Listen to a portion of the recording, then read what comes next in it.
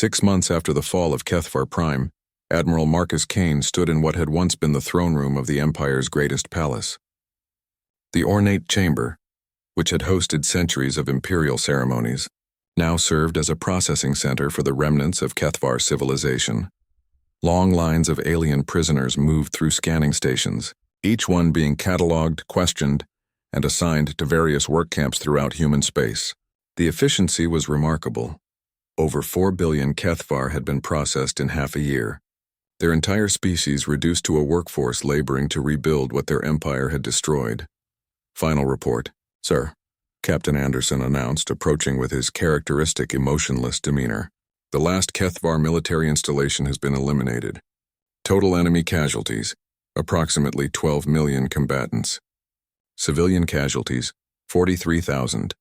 Kane reviewed the data with mechanical precision. The numbers represented the complete annihilation of a galactic empire, accomplished with surgical precision and minimal collateral damage. The humans had proven that genocide could be conducted efficiently, thoroughly, and with devastating psychological impact. Resistance levels? Minimal and decreasing. The few Kethvar who initially refused to cooperate have been pacified through standard conditioning protocols. Current productivity in the work camps exceeds projections by 15%. The conditioning protocols were a refinement of the techniques used to create Protocol 7 soldiers. Instead of removing fear and mercy, they removed hope and defiance. The Kethvar workers labored with mechanical efficiency, their spirits broken as thoroughly as their military had been. Status of the Cultural Elimination Program? Proceeding on schedule. All Kethvar children have been separated from their parents and placed in human educational facilities.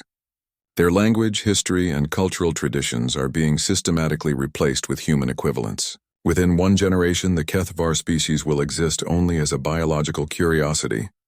Kane nodded approval. It was exactly what the Kethvar had planned for humanity. Complete cultural annihilation disguised as benevolent administration. The irony was not lost on him, though his modified psychology prevented him from finding any satisfaction in it. The other galactic powers? Kane asked. All have formally recognized human sovereignty over former Kethvar territory. The Altarian Republic has offered a formal alliance. The Centauri Federation has opened trade negotiations. Several minor species have requested human protection from potential threats. The galaxy had learned its lesson. Humanity's response to the Kethvar attacks had been so swift, so ruthless, and so total that no other species dared to challenge human expansion. The Boogeyman had become the galaxy's apex predator. Sir, Anderson continued, there is one matter requiring your attention. We've received a delegation from Earth requesting an audience. Kane frowned slightly. Since Protocol 7 had been implemented, communication with unmodified humans had become increasingly difficult. The psychological conditioning that made them perfect soldiers also made them alien to their own species. Send them in. The delegation was led by President Elizabeth Warren, looking older and more worn than Kane remembered.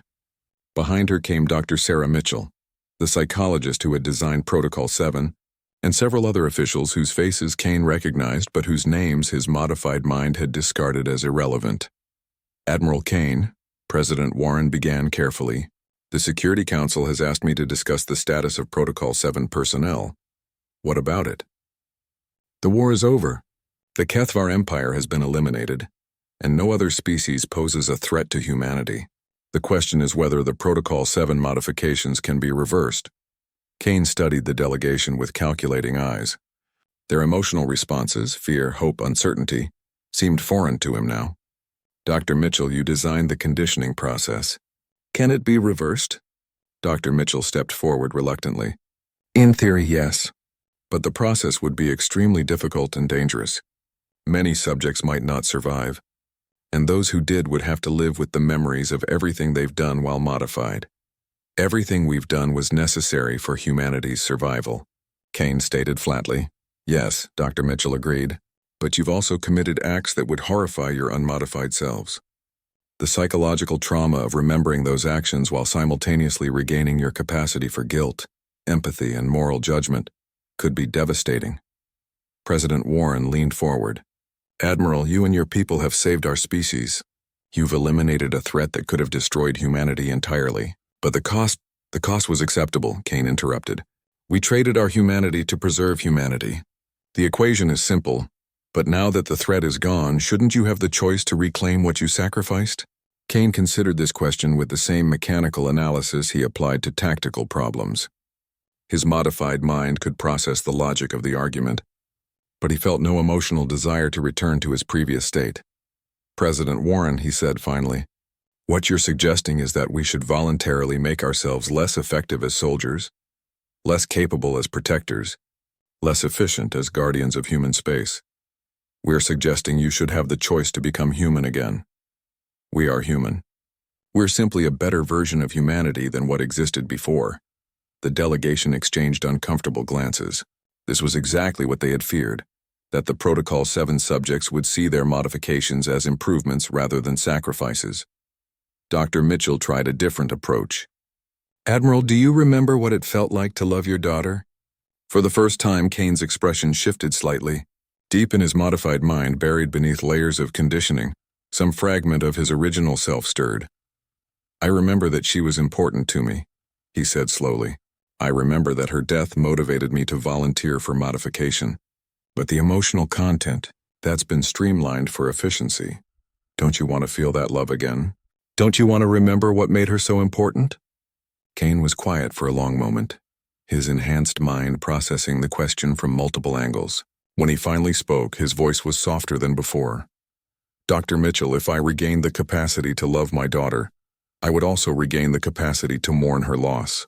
I would feel guilt about the things I've done in her name. I would experience doubt about whether our methods were justified. Yes, she said gently. You would become human again, with all the pain and uncertainty that entails. And what would happen when the next threat emerged? When some other species decided that humanity needed to be contained or eliminated, would we have to go through this process again, sacrificing our humanity a second time? President Warren had no answer for that question. Kane stood and walked to the great window that overlooked the ruins of the Kethvar capital. In the distance, human construction crews were already beginning to build new structures, research facilities, administrative centers, monuments to the children who had died on New Eden. The galaxy has learned to fear us, he said quietly. Every species knows what happens to those who threaten human children. We've become the boogeyman that parents tell their young about, the monster that comes for those who hurt innocents. He turned back to the delegation. That fear protects every human child in the galaxy. It ensures that no other species will make the mistake the Kethvar made. Is that worth preserving? Dr. Mitchell wiped tears from her eyes. I don't know anymore. We created you to save humanity, but I'm not sure we saved humanity's soul. Perhaps, Kane replied. Humanity's soul was always conditional on the safety of humanity's children. The Kethvar taught us that we could only keep one or the other. The delegation left without reaching any resolution. The Protocol 7 subjects would continue to serve as humanity's guardians, forever watching for threats, forever ready to become monsters again if necessary. In the end, the Kethvar Empire's greatest victory wasn't the colonies they destroyed, or the children they murdered. It was forcing humanity to sacrifice its innocence to preserve its future. The boogeyman was real now, and it wore human faces. It protected human children with inhuman dedication, and it would never sleep again. Across the galaxy, in nurseries and schools and playgrounds, human children played safely under the protection of guardians who had forgotten how to love them, but would never forget how to defend them. The price of that safety was the souls of those who provided it. Whether that trade was worth making would be debated for generations to come. But the children were safe, and in the end, perhaps that was all that mattered. The bombardment of Kethvar Prime began at exactly noon local time. The human fleet had positioned itself in perfect formation around the planet. Each ship assigned specific targeting coordinates with mathematical precision. There was no chaos, no rushed assault, no desperate charge into enemy fire. Just cold, methodical destruction. Admiral Marcus Kane watched from the bridge of his flagship as the first wave of missiles struck the orbital defense platforms. Each explosion was calculated to cause maximum damage, while preserving valuable technology that could be reverse-engineered later. The humans weren't just destroying the Kethvar Empire. They were studying it, learning from it, preparing to use its own weapons against any future enemies. Sir, reported his tactical officer, the planetary bombardment is proceeding on schedule. Military installations are being eliminated with 97% efficiency. Kane nodded without emotion. His Protocol 7 conditioning had removed any satisfaction he might have felt at watching the Empire's defenses crumble. This wasn't revenge. Revenge was an emotional response. This was simply the completion of a necessary task. Begin Phase 2, he ordered. Target industrial centers and manufacturing facilities. On the planet's surface, High Admiral Thekmos crouched in his underground bunker as the world shook around him. Each human missile strike was precisely placed to cause maximum structural damage while leaving the civilian areas intact. For now, they're toying with us, he whispered to his aide. They could sterilize the entire planet in hours, but they're taking their time. Perhaps they're hoping we'll surrender, sir? Thekmos laughed bitterly. No, they've already told us our surrender means nothing. They're extending the bombardment because they want us to suffer. They want us to experience the same terror our victims felt. Above them, the bunker's communication systems came alive with transmissions from across the planet. Kethvar civilians were streaming out of the cities, fleeing toward rural areas in the desperate hope that distance might provide safety. But there was nowhere to run on a world surrounded by human ships. Sir, the communications officer reported with a trembling voice. The humans are broadcasting another message. The voice that filled the bunker was different this time. Not Maya Chen, but another child. A boy whose records identified him as Tommy Rodriguez from Kepler Station. Hello, the artificial voice said with mechanical cheerfulness. My name is Tommy and I was 7 years old when your soldiers killed me. I want to tell you about what's going to happen next. The tactical display updated to show the human fleet's bombardment pattern. Red markers indicated targets that had already been destroyed. Yellow marked current targets and green showed what would be hit next. In 4 hours, your military will be completely eliminated, Tommy's voice explained. In 8 hours, your industrial capacity will be gone. In 12 hours, we'll begin targeting your agricultural centers and water treatment facilities. Thekmos watched the pattern with growing horror.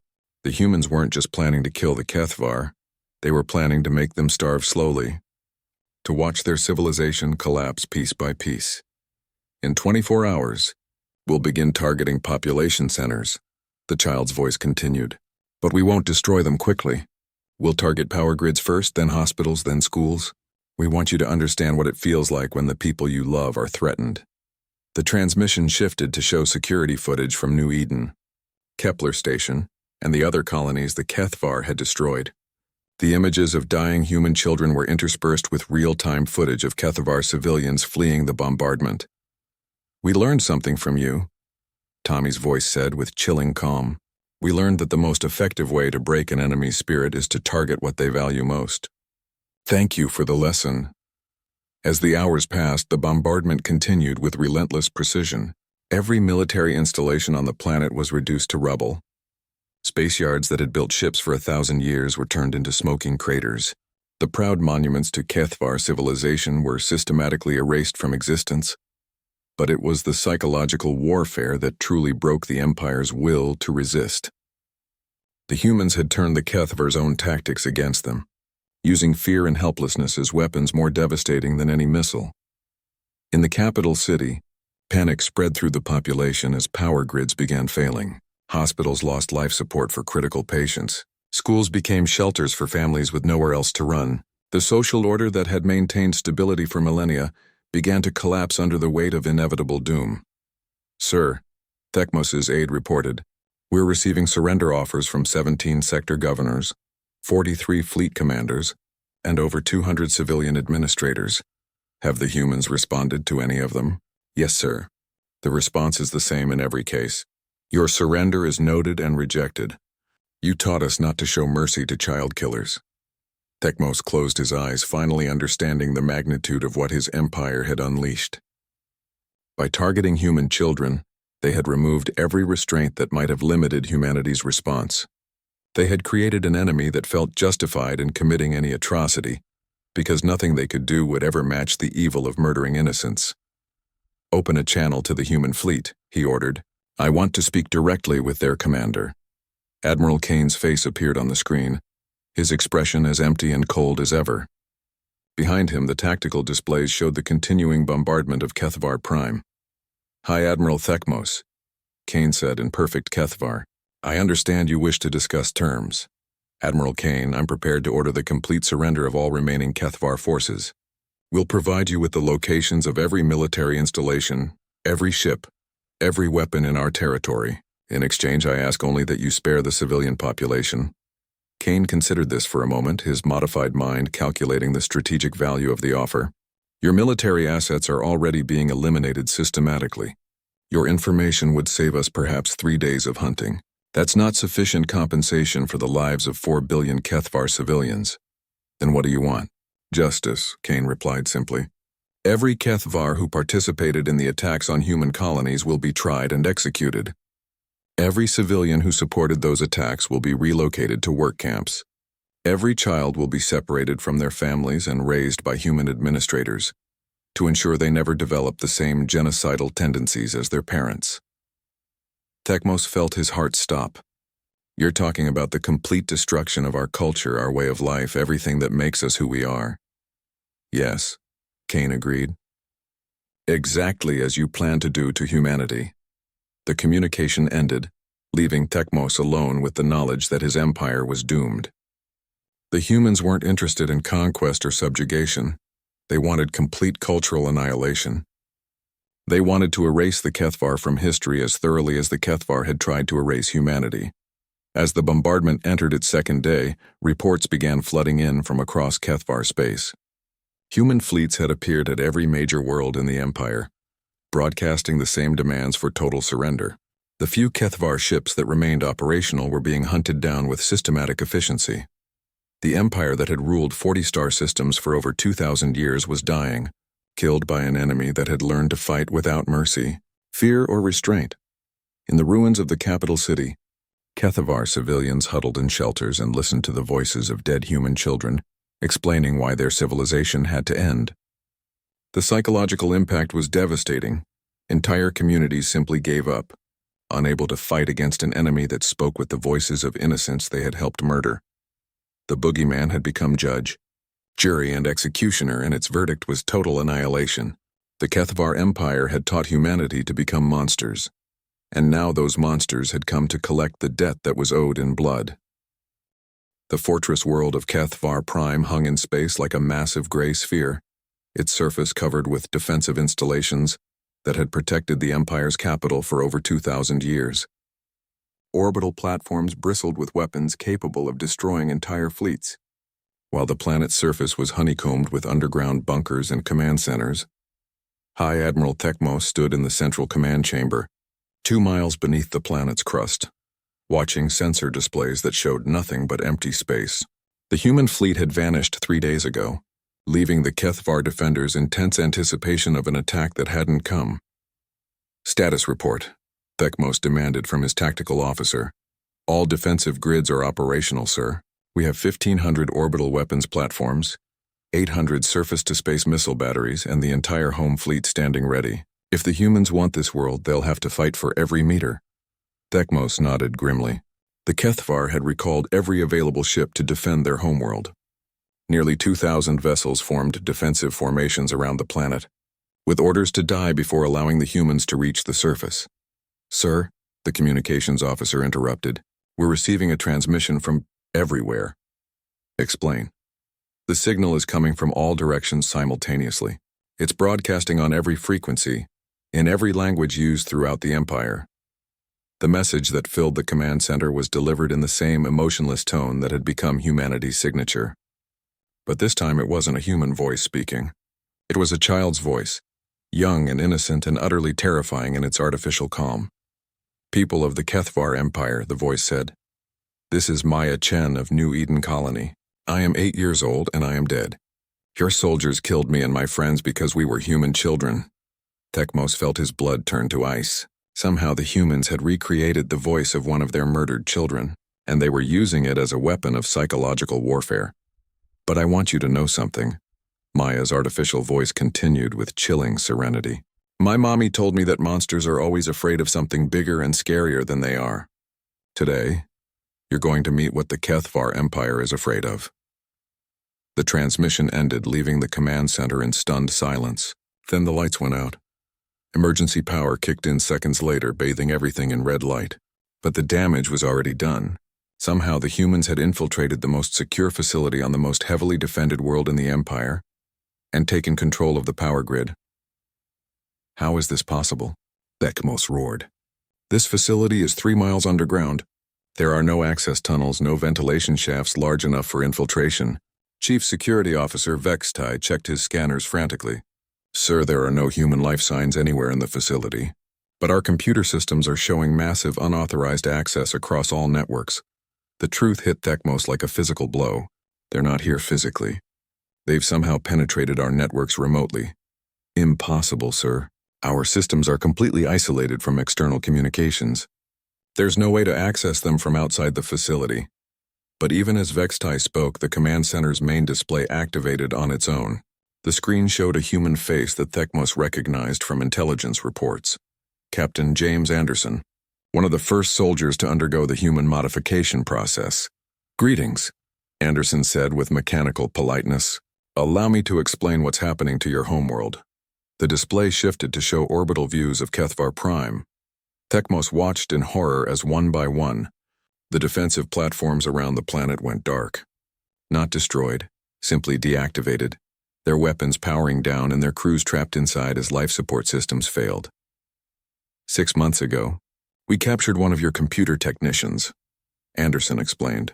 Under interrogation, he provided us with detailed schematics of your network architecture. We've spent the intervening time creating a virus specifically designed for HFY computer systems. Another section of the orbital grid went offline.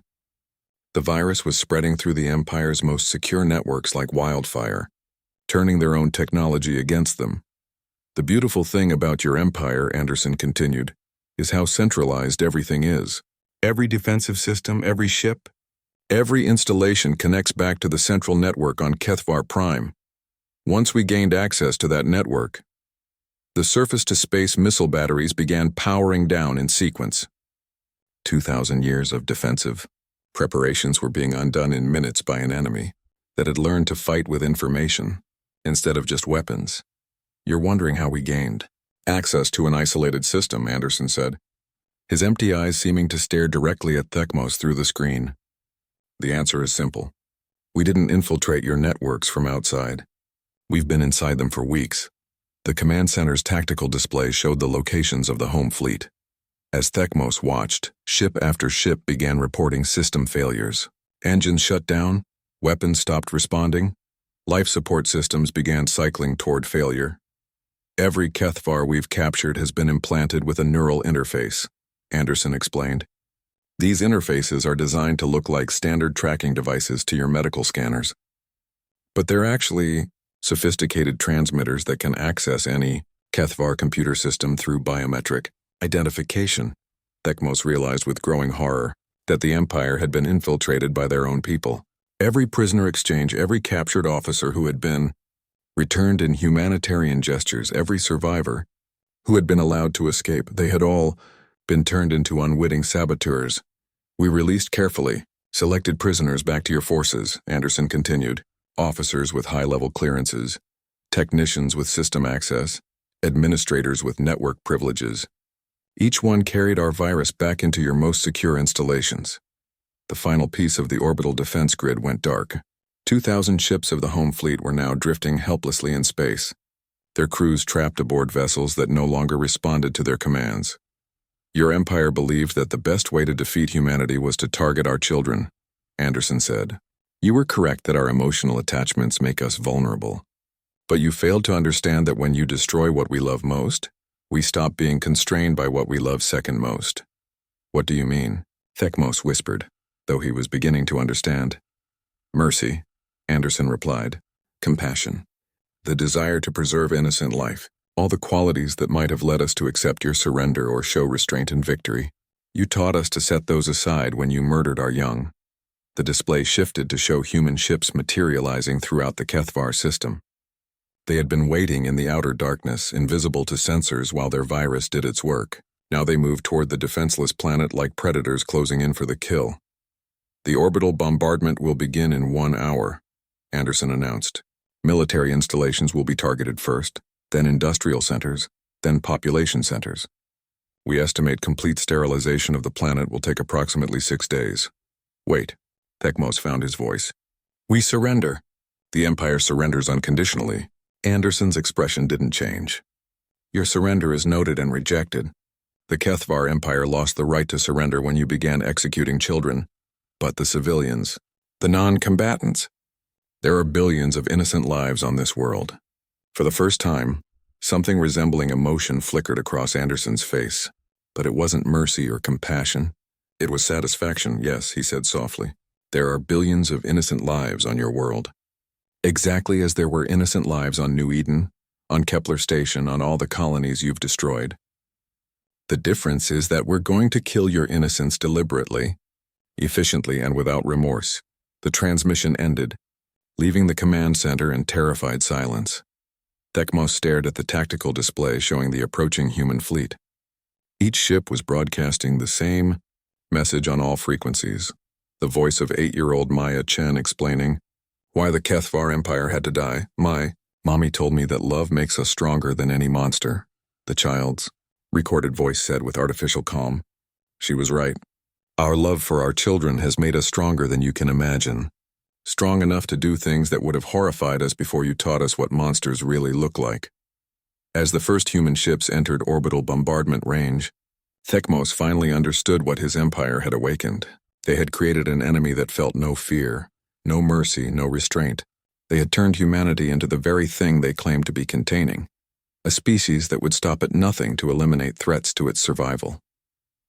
The Boogeyman had finally come home, and it was wearing the faces of the children the Kethvar had murdered.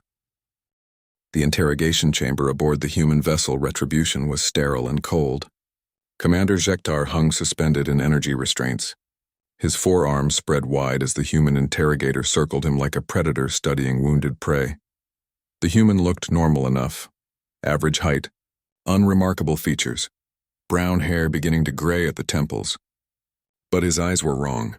They held no warmth, no emotion, no trace of the mercy that Jektar had learned to exploit in other species. This human looked at him the way a scientist might examine an interesting insect. Your fleet positions, the human said in perfect Kethvar. His voice was calm, almost conversational. I need the current locations of all battle groups in this sector. Jektar straightened his massive frame as much as the restraints allowed. I am a commander of the Kethvar Empire. I demand to be treated according to galactic warfare conventions. The human tilted his head slightly, considering this. Galactic conventions require that both sides treat prisoners humanely. You forfeited that protection when you began executing children. Without warning, the human activated a neural stimulator. Pain shot through Jektar's nervous system like liquid fire.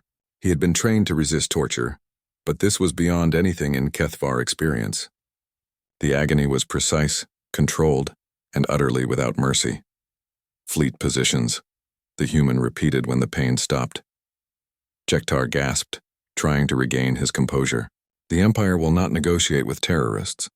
Your barbaric behavior only proves that we were right to contain your species. The human nodded thoughtfully. Interesting perspective. Let me share mine. He activated a holographic display showing security footage from New Eden. Jektar watched his own soldiers dragging human children from their parents, saw the moment when the Kethvar commander executed the young ones with clinical efficiency. This is what you call contained behavior, the human said, his voice never changing tone, murdering children to send a message about civilized conduct. The neural stimulator activated again, this time for a full minute. Jektar's screams echoed through the chamber until his voice gave out entirely. You see, the human continued when the torture stopped. We've learned something interesting about ourselves. When you push humans far enough, when you threaten what we hold most sacred, we stop being human altogether. We become something much worse. Jektar's resistance was crumbling. The pain was beyond his ability to endure. But more than that, there was something terrifying about his captor's complete lack of emotional response. This human felt nothing, no anger, no satisfaction, no guilt. He was torturing a prisoner with the same detached professionalism a surgeon might use to remove a tumor. The 7th Fleet, Jektar gasped. They're stationed at Kepler Base 12 light-years from here. But you can't reach them. The base is protected by planetary defense grids and early warning systems. The human made a note on his datapad. Fleet strength? 43 capital ships, 200 escorts, full ground assault capabilities. Jektar hoped this information would buy him some respite from the torture.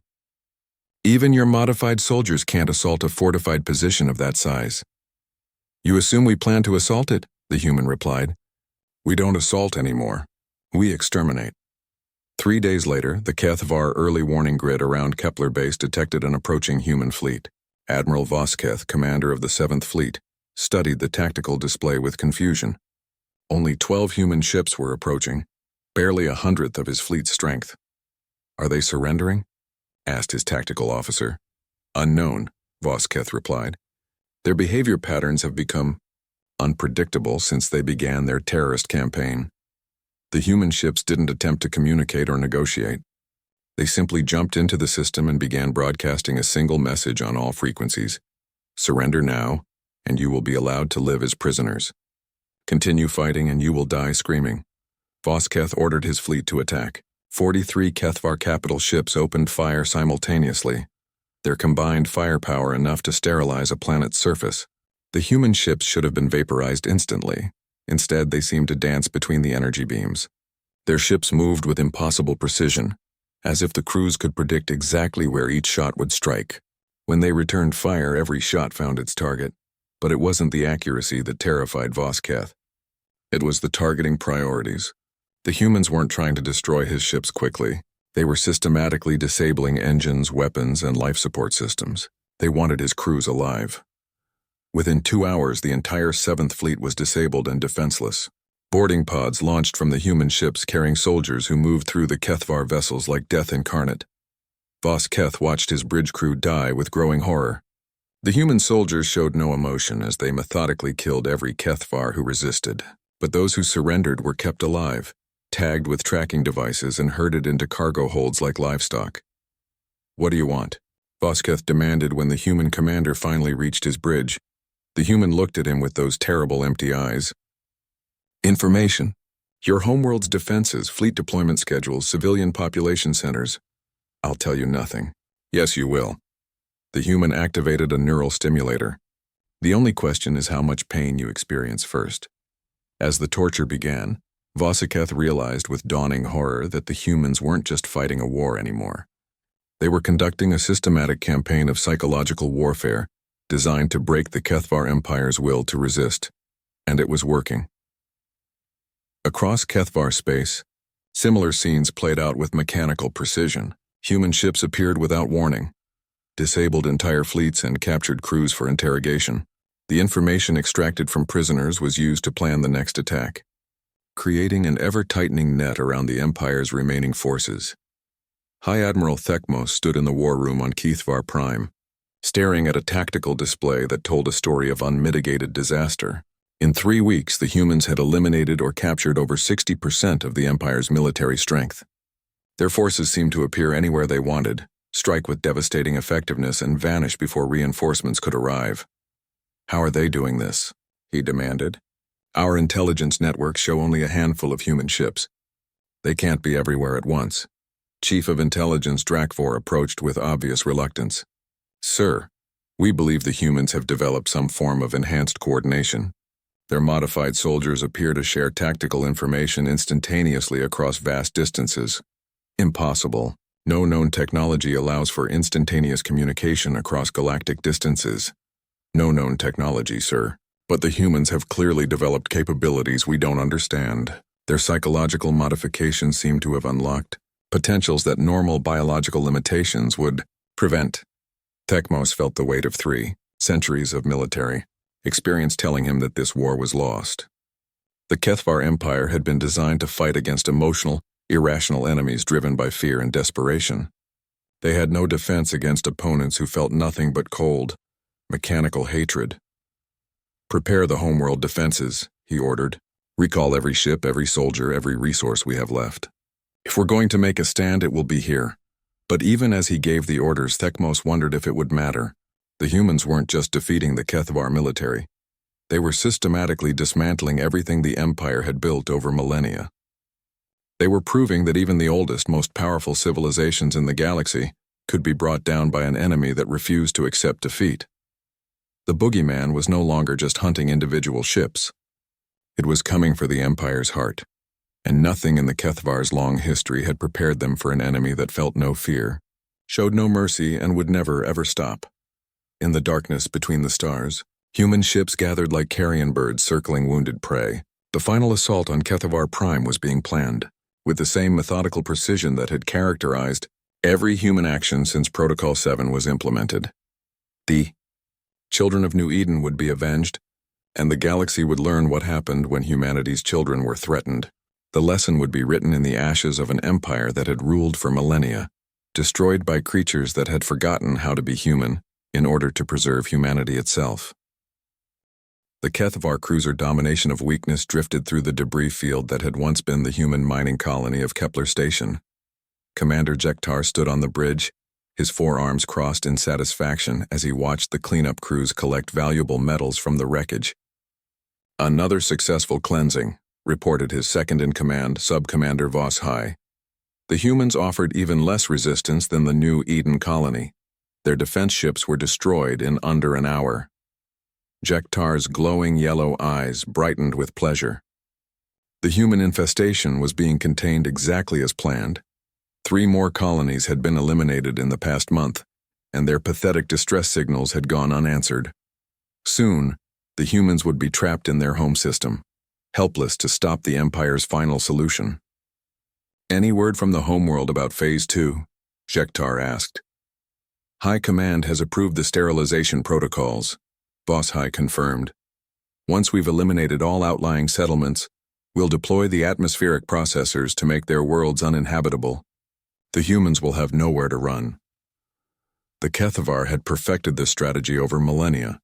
They would identify a promising species, allow them to expand to multiple worlds, then systematically destroy those worlds while trapping the survivors in their original system. Eventually, resource depletion and despair would finish what direct military action had started. It had worked on 47 species before humanity. It would work again. "Sir," the communications officer interrupted, "we're receiving a transmission from Patrol Group 7. They've encountered a human vessel near the Rigel system." Jektar gestured for the communication to be displayed. The image of Commander Kesetai appeared on the screen, but something was wrong. The veteran officer's usually composed demeanor was replaced by barely controlled panic. "Domination of Weakness, we need immediate reinforcement," Kesetai reported. "The human ship is unlike anything in our tactical database. It's wrong somehow." "Explain," Jektar demanded. "A single human ship couldn't threaten an entire patrol group. The ship itself appears to be a standard human cruiser, but the crew..." Kesetai paused, struggling to find words. "We captured several of them during our initial assault. They showed no fear, no pain response, no survival instinct. They fought until their bodies stopped functioning, and even then they tried to continue fighting." Jektar's confidence wavered slightly. The humans he had encountered before were emotional creatures driven by fear and hope. They could be broken, terrorized into submission. "Perhaps they've developed some kind of combat drug." "No, sir. Our medical scans show no foreign substances in their bloodstream, but their brain patterns..."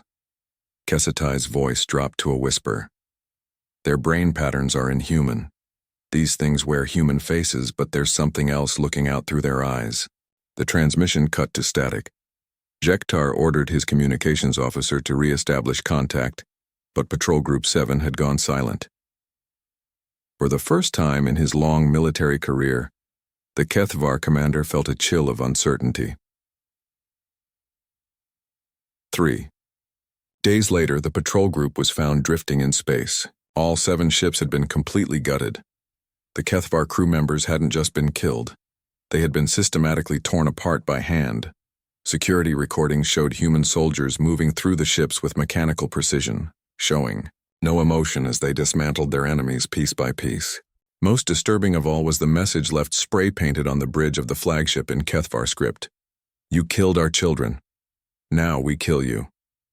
High Admiral Thekmos, Supreme Commander of the HFY fleet, reviewed the security footage with growing unease. He had been alive for over 300 years and had witnessed the destruction of dozens of species. He thought he understood how lesser races responded to overwhelming force, with fear, desperation, and eventually surrender.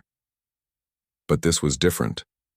The humans in the recording moved like machines designed for killing. They showed no fear when wounded, no hesitation when outnumbered, no mercy when their enemies begged for their lives. They were efficient, thorough, and absolutely terrifying. Analysis suggests these are the same humans we've been fighting, reported Chief Science Officer Draknal. Same genetic markers, same basic physiology, but something has been done to their minds. What kind of modification could create such changes? Unknown, sir. Our understanding of human psychology is limited. We know they form emotional attachments to their offspring, which is why targeting the young has been so effective. But this level of modification suggests capabilities we didn't know they possessed. Thekmos studied the tactical displays showing the current positions of human and Kethvar forces. The Empire still held a massive advantage in numbers and technology. A few modified humans couldn't change the strategic situation, could they? Sir, the communications officer announced, we're receiving reports from 3 more patrol groups. They've encountered human ships with crews displaying the same abnormal behavior. Are we losing ships? Yes, sir. The humans are. Relentless. They board our vessels and kill everyone aboard, regardless of casualties to themselves. Our soldiers don't know how to fight an enemy that feels no pain and shows no fear. Thekmos felt his confidence beginning to crack. The Kethvar Empire's military doctrine was based on psychological warfare. They used fear, intimidation, and the threat of overwhelming force to break their enemy's will to fight. But how do you intimidate something that can't feel fear? Deploy Battle Group Alpha to intercept the human vessels, he ordered. Use overwhelming firepower. Don't try to board them, just destroy them from a distance. But even as he gave the order, Thekmos wondered if it would be enough. The humans had changed somehow, evolved into something that defied everything the Kethvar thought they knew about biological limitations. Captain Anderson's modified mind processed tactical data with machine-like efficiency as his ship approached the Kethvar battle group. His human body still functioned normally, but his psychological conditioning had stripped away every unnecessary emotion. Fear, doubt, mercy, self-preservation, all deleted to make room for perfect dedication to the mission. The mission was simple. Eliminate every Kethvar in the galaxy. Sir, his weapons officer reported, they're targeting us with their main guns. Estimated time to impact 40 seconds. Evasive maneuvers, Anderson ordered calmly. He felt no concern about the incoming fire, no worry about his crew's safety. Those emotions had been removed. Only the mission mattered now. His ship danced between the massive energy blasts with inhuman precision. The Kethvar expected their enemies to panic under fire, to make mistakes born of fear and desperation. But Anderson's crew had no fear left to make mistakes with. Return fire, he commanded. Target their engines first. We want them alive for interrogation. The battle was swift and decisive. The Kethvar ships, designed to intimidate and overwhelm, found themselves outmaneuvered by opponents who fought with the cold efficiency of machines. When the last enemy vessel was disabled, Anderson's crew began the boarding procedures. The Kethvar soldiers they captured would be questioned extensively about fleet positions, strategic plans, and homeworld defenses. They would provide this information willingly, because Anderson's interrogation specialists had been conditioned to feel no restraint about causing pain in service of the mission. As his ship prepared to jump to hyperspace with their prisoners, Anderson dictated his report to Fleet Command. His voice was calm and professional as he described the tactical situation, but there was something else there too, a cold satisfaction that his enemies were finally experiencing the fear they had inflicted on others. The Boogeyman had tasted blood, and it wanted more. Back on Kethvar Prime, High Admiral Thekmos studied the reports with growing alarm. 7 more patrol groups had gone silent. Human ships were appearing throughout Kethvar space, striking without warning and leaving no survivors. For the first time in the Empire's long history, they were the ones being hunted. Admiral Marcus Kane stood in the command center of Earth Defense Station Alpha, watching the holographic display with growing horror. The emergency beacon from New Eden had finally reached them after a 3-week journey through hyperspace. The automated recording played for the 5th time, but it never got easier to watch. The faces of the children haunted him. Their screams echoed in his mind. Maya Chen's defiant voice proclaiming that humans never give up made his hands clench into fists. These weren't soldiers who had died fighting for a cause. These were innocents who had been murdered simply because of their species.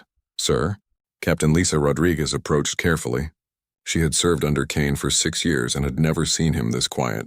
The Security Council is demanding a full briefing in 1 hour. Kane nodded without taking his eyes off the display. The recording showed HFY soldiers dragging crying children from their parents' arms. It showed the alien commander explaining his twisted logic for genocide, and it showed the moment when everything humanity held sacred was torn apart. Pull every file we have on the HFY Empire, Kane ordered. I want to know everything about these creatures. Their technology, their worlds, their weaknesses, everything. Already done, sir. Intelligence Division has been working around the clock since the beacon arrived. Rodriguez handed him a data pad. What we found is disturbing.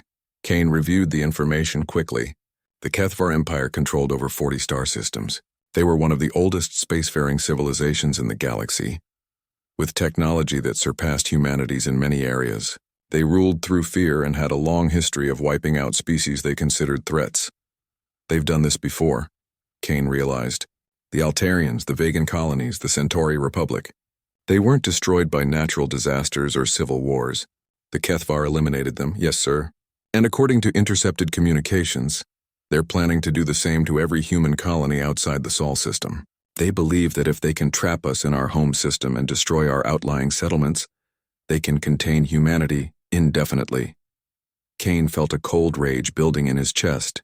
The HFY thought they could cage humanity like wild animals. They thought they could murder children and face no consequences. They were about to learn how wrong they were. The Security Council meeting was unlike any in human history. Representatives from every major nation on Earth, along with delegates from the lunar colonies and Mars settlements, gathered in the emergency session. The recording from New Eden played once more, and when it ended, the chamber was silent for a full minute. President Elizabeth Warren of the United Earth Federation spoke first. The question before us is not whether we respond. The question is how completely we respond. The HFY Empire is massive, pointed out Ambassador Chen from the Mars colonies. They have resources we can't match and technology we don't understand. A direct military confrontation could result in the extinction of our species, and doing nothing guarantees the same result, snapped General Morrison from the Terran Defense Force. They've made their intentions clear. They plan to destroy every human settlement outside the Sol system. After that, how long before they decide Earth itself is too dangerous to leave alone? Kane watched the debate with growing impatience. Politicians always wanted to discuss and negotiate. They looked for diplomatic solutions and careful strategies. But sometimes the only response to evil was overwhelming force. There is another option, Kane said quietly. The chamber fell silent. We invoke Protocol 7. The color drained from President Warren's face. Protocol 7 was the most classified military directive in human history. It had been created after the first contact with hostile aliens, when humanity realized they might face enemies beyond their current ability to defeat. Admiral, Warren said carefully, Protocol 7 hasn't been implemented since the Proxima War. The psychological studies showed that soldiers who went through the program never fully recovered, Kane finished. I'm aware of the costs, Madam President, but I'm also aware of what the HFY did to our children. General Morrison leaned forward. For those not cleared for Protocol 7 details, could you explain what we're discussing? Kane stood and activated a new holographic display. It showed a schematic of the human brain, with certain areas highlighted in red. Protocol 7 removes psychological limitations from our soldiers, he explained. Fear, hesitation, mercy, compassion, all the things that make us human but also make us vulnerable in combat. The soldiers become perfect killing machines utterly dedicated to destroying the enemy. It's monstrous, whispered Ambassador Chen. Yes, Kane agreed, but the HFY have already shown us what monsters can accomplish. The question is whether we're willing to become monsters ourselves to protect what remains of humanity. President Warren stood slowly. The weight of the decision was visible on her face. How many soldiers would volunteer for such a program? All of them, General Morrison answered immediately. Every soldier who's seen that recording has volunteered. We've had to turn people away. The long-term psychological damage will be dealt with after we've ensured there is a long-term for humanity. Kane interrupted. Madam President, they killed our children. They murdered innocents to send a message. If we don't respond with everything we have, they'll keep killing until there are no children left to mourn. The vote was unanimous. Protocol 7 was authorized. Dr. Sarah Mitchell had helped develop the psychological conditioning that would create humanity's most dangerous soldiers. She had also sworn never to use it after seeing what it did to test subjects. But as she watched the recording from New Eden for the 100th time, she knew she had no choice. The volunteers were the best humanity had to offer. Elite soldiers from every nation, spaceship crews from the outer colonies, even civilian engineers who wanted to help build the weapons of war. They came knowing they might never be the same again. The process is irreversible, Dr. Mitchell explained to the first group of volunteers. Once we remove your psychological limitations, you'll be capable of actions that would horrify your current self. You'll feel no guilt about necessary killing, no hesitation about causing pain to enemies, no mercy for those who threaten humanity. Captain James Anderson, a veteran of the Martian border wars, raised his hand. Doc, with respect, we've all seen what mercy gets you when you're dealing with child killers. Save the warnings for someone who cares. The other volunteers nodded agreement. They had all seen the recording. They all knew what the Kethvar were capable of, and they were all ready to become something inhuman to stop them. The first phase of Protocol 7 took 72 hours. When it was complete, the volunteers looked the same on the outside, but their eyes had changed. There was a coldness there now, a calculating emptiness that made even hardened military personnel uncomfortable. How do you feel? Dr. Mitchell asked Captain Anderson after his conditioning was complete. Anderson considered the question with mechanical precision. I feel ready to kill every Kethvar in the galaxy, he said calmly. I feel eager to cause them pain. I feel disappointed that they'll probably die too quickly to suffer as much as they deserve. Dr. Mitchell suppressed a shudder. The man she was talking to was no longer entirely human. He was something else, something designed for a single purpose, the complete destruction of humanity's enemies. As word of Protocol 7 spread through the military, volunteers flooded in faster than they could be processed. Teachers whose students had died on New Eden, parents who had lost children in other Kethvar attacks, grandparents who wanted to ensure their grandchildren would have a future. They came knowing they would never be the same. They came ready to sacrifice their humanity to preserve humanity itself. The Boogeyman was taking shape, and soon the Kethvar Empire would learn why every species in the galaxy told their children to be good, or the humans would come for them in the dark. The mining colony of New Eden sat quietly on the edge of human space, its domed cities gleaming under the light of twin suns. Children played in the recreation areas while their parents worked the asteroid fields, extracting precious metals that kept humanity's growing fleet operational. It was a peaceful place, far from the politics and wars that raged across the galaxy. Commander Sarah Chen watched her 8-year-old daughter Maya chase holographic butterflies in the Central Park. The little girl's laughter echoed through the dome, mixing with the sounds of other children at play. Sarah smiled, remembering her own childhood on Earth before humanity had reached for the stars. "Mommy, look," Maya called out, pointing to a shimmering blue butterfly that had landed on her nose. "It tickles." Sarah was about to respond when the emergency sirens began to wail. The holographic butterflies vanished instantly as the colony's defense systems activated. Red warning lights bathed the park in an ominous glow. "All civilians to emergency shelters immediately," the automated voice announced. "This is not a drill. Hostile ships detected approaching the system." Sarah's military training kicked in. She scooped Maya into her arms and ran toward the nearest shelter, her heart pounding. Other parents were doing the same, their faces tight with fear. The children didn't understand what was happening, but they could feel the terror of the adults around them. The shelter doors sealed with a heavy thud. 200 people crowded into the reinforced chamber, designed to protect them from asteroid impacts or system failures. No one had ever imagined they would need protection from an attack. Through the shelter's communication system, they could hear the frantic chatter of the colony's defense force. The few patrol ships they had were no match for what was coming. Multiple capital ships dropping out of hyperspace, reported Lieutenant Torres from the command center. Configuration unknown. They're not responding to our hails. Sarah held Maya close, feeling her daughter's small body trembling. It's okay, sweetheart, she whispered. The bad guys are very far away, but they weren't far away for long. The first bombardment hit the outer mining platforms. Through the shelter's monitors, they watched in horror as the structures where many of their friends worked simply vanished in brilliant flashes of light. The alien ships moved with calculated precision, destroying everything that could fight back. They're targeting our defenses first, Sarah realized. They want the colony intact. The thought sent ice through her veins. If the attackers wanted the colony intact, it meant they planned to take prisoners. Or worse, the bombardment continued for 3 hours. The colony's shields held for the first hour, then began to flicker and fail. One by one, the defensive positions went silent. The patrol ships lasted barely 20 minutes against the overwhelming firepower of the alien fleet. When the landing craft began descending toward the colony, Sarah knew their time was up. She activated her emergency beacon, sending a distress signal toward the nearest human military base. It would take weeks for any help to arrive, if it came at all. The aliens that emerged from their ships were unlike anything in the Galactic database. They stood nearly 10 feet tall, with 4 arms ending in razor-sharp claws. Their skin was a mottled gray-green and their eyes glowed with a sickly yellow light. Most disturbing of all was the way they moved. Too fluid, too predatory. They called themselves the HFY Empire, and they had been watching humanity for months.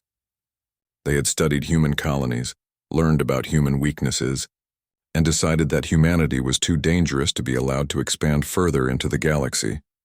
The colony's governor tried to negotiate, offering resources and technology in exchange for the safety of the civilians. The HFY commander listened politely, then gave his response by vaporizing the governor where he stood. Your species shows too much promise, the alien commander announced through the colony's communication system. His voice was like grinding metal. You adapt too quickly.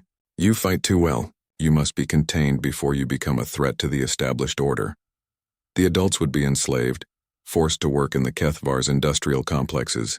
But the children were to be eliminated. The HFY had studied human psychology extensively.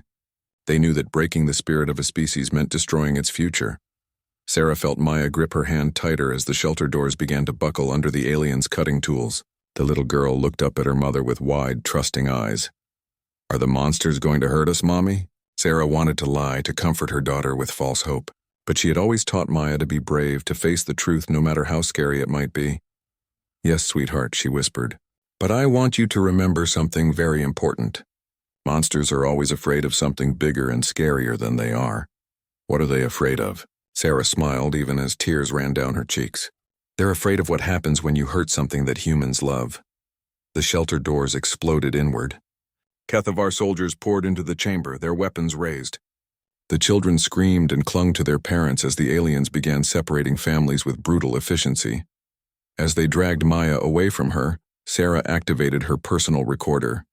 It was a small device, barely larger than a button, but it would capture everything that happened in the next few hours.